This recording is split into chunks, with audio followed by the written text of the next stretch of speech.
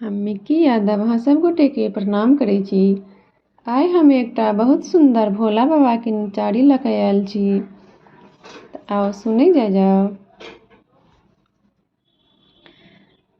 बेल के पतैया में कौन गुण हो, भोला गैला लो भाई।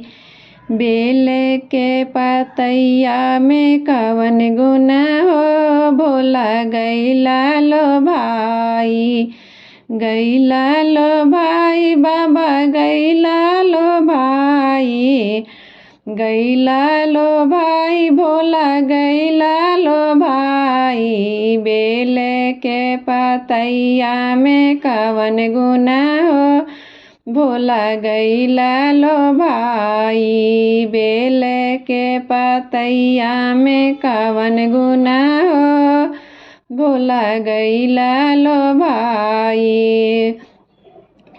पूरी जिलेबी शिव के मन हुना भावे। पूरी जिलेबी शिव के मन हुना भावे। मन हुना भावे हो मन हुना भावे। पूरी जिलेबी शिव के मन हुना भावे। भंगिया के गोला में कवन गुण हो, भोला गैला लो भाई। भंगिया धतुरबा में कवन गुण हो, भोला गैला लो भाई।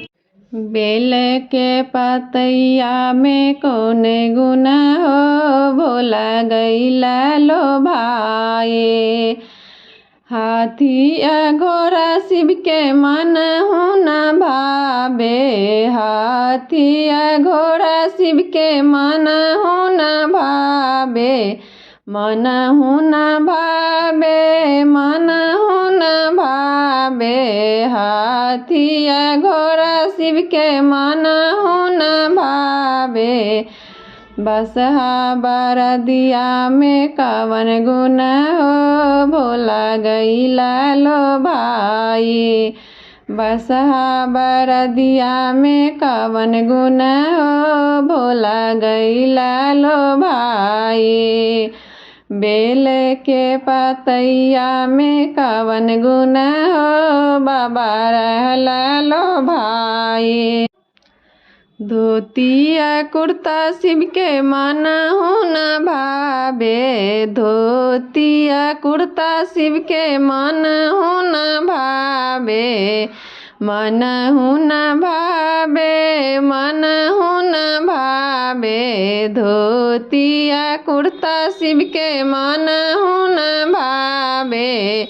मिर्गा के छाला में कवन गुण हो, भोला रहला लो भाई। मिर्गा के छाला में कवन गुण हो, भोला गैला लो भाई। मिर्गा के छाला में कवन गुण हो, भोला गैला लो भाई। भंगिया के गोला में कवन गुण हो, भोला गैला लो भाई।